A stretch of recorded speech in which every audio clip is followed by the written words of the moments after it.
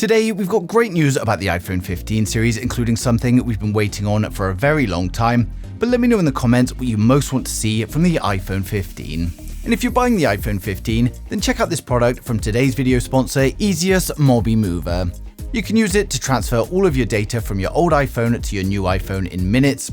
With Mobi Mover, you can easily manage your iPhone or your iPads, as well as backup or restore your data. Their easy-to-use software allows you to transfer files between your iPhone and your PC, or even an iPhone to another iPhone. And with their simple-to-use interface, it makes things incredibly simple. It also allows you to create a backup of your phone, including contacts, photos, social apps, and more.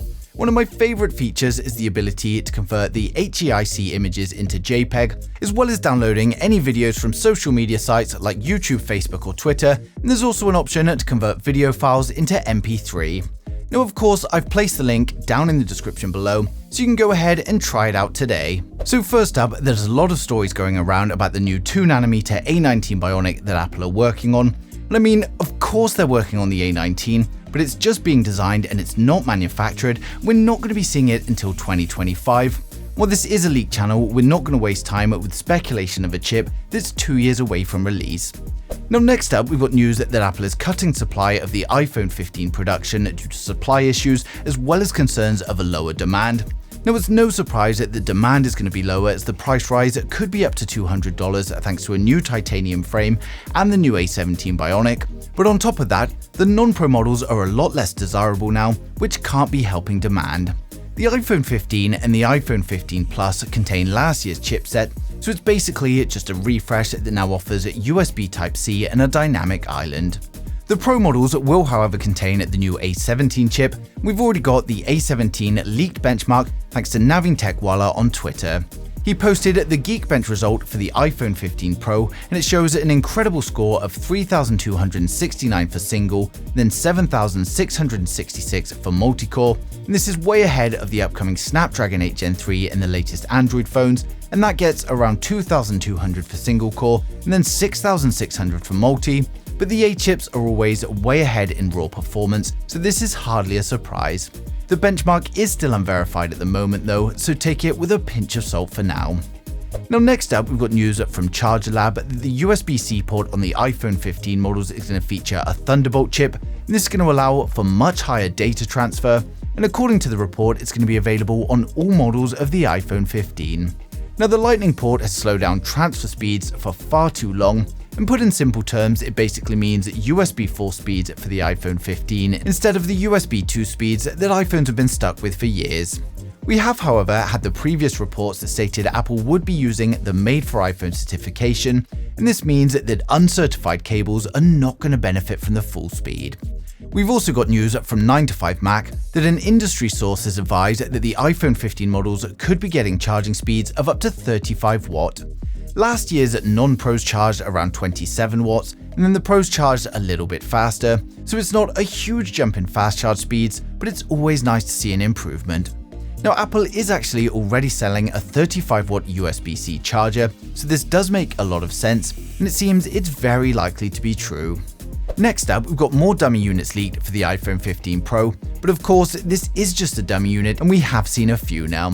It shows a slightly smaller dynamic island, the new action button, and a USB-C port, but when it comes to dummy units, they're simply just dummy units. I've made these 3D renders here, and if I had a 3D printer, I could just print the same. So it's nice to get a look at it in the hand, but it doesn't really confirm much. Now, for those excited for the iPhone 15 though, we're now going to run through the full specs, design, and the expected pricing for each model in the range to help you guys decide which one is right for you. For my regular viewers, you guys have seen this, so just skip to the next video. But if you're new here, then hit subscribe now and we'll get right into it. So first up, we've got the standard iPhone 15. With the standard iPhone 15, we get a 6.1-inch 60Hz OLED display.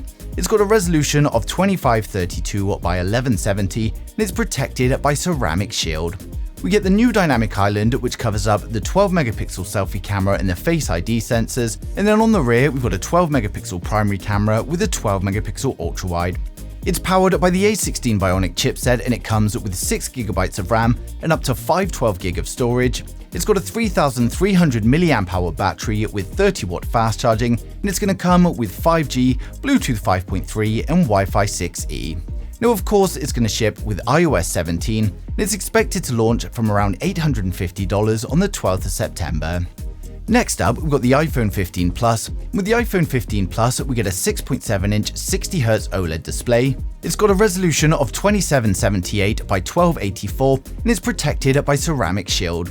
We get the new dynamic island, which covers up the 12-megapixel selfie camera and the Face ID sensors. And then on the rear, we've got a 12-megapixel primary camera and a 12-megapixel ultra-wide. It's powered up by the A16 Bionic chipset and comes with 6GB of RAM and up to 512GB storage. It's powered up by a 4,300 mAh battery with 30-watt fast charging, and it's going to come with 5G, Bluetooth 5.3 and Wi-Fi 6E. It will of course ship with iOS 17, and it's expected to launch from around $950 on the 12th of September. Next, we've got the iPhone 15 Pro with a 6.1-inch 120Hz OLED display. It's got a resolution of 2556 by 1179, and again it's protected by ceramic shield. We get the new dynamic island, which covers up the 12-megapixel selfie camera and the Face ID sensor. And then on the rear, we get a 48-megapixel primary camera, a 12-megapixel ultra-wide, and a 12-megapixel telephoto with 3x optical zoom. It's powered up by the new A17 Bionic chipset, and it comes with 8GB of RAM and up to 1 terabyte of storage. We've also got a 3,300 mAh battery, and while the fast charging is unknown at the moment, we do expect improvements thanks to the USB Type-C ports. Now it comes with 5G, Bluetooth 5.3 and Wi-Fi 6E, and it will of course ship with iOS 17, and it's expected to launch from $1,100. Now finally, we saved the best to last, and it's the iPhone 15 Pro Max. With the iPhone 15 Pro Max, we get a 6.7-inch 120Hz OLED display. It's got a resolution of 2796 by 1290, and of course protected by ceramic shield. We get the dynamic island to cover the 12-megapixel selfie camera and the Face ID sensor. And then on the rear, we get a 48-megapixel primary camera, 12-megapixel ultra-wide, and a 12-megapixel periscope camera with 5x optical zoom. It's powered up by the A17 Bionic chipset and comes with 8GB of RAM and up to 1 terabyte of storage. And it's also powered up by a 4,323 mAh battery. And again, we don't know the fast charging speeds, but because of USB-C, we do expect it to be higher. It comes with 5G, Bluetooth 5.3 and Wi-Fi 6E, and again it's going to ship with iOS 17, and it's expected to launch from $1,200. So the iPhone 15 Pro Max does look similar to its predecessor, but there are still plenty of upgrades like thinner bezels, a more curved brushed titanium frame, USB-C, and a very impressive A17 chip. Well, it's probably not going to make people with a 14 rush for an upgrade. For anyone on an older iPhone or looking to get their first iPhone, then it's going to be a great choice. Given that we're so close to the September launch now, leaks are likely to come flooding in, and of course I'll be sharing them as soon as they do, so make sure you subscribe so you don't miss a thing in the future.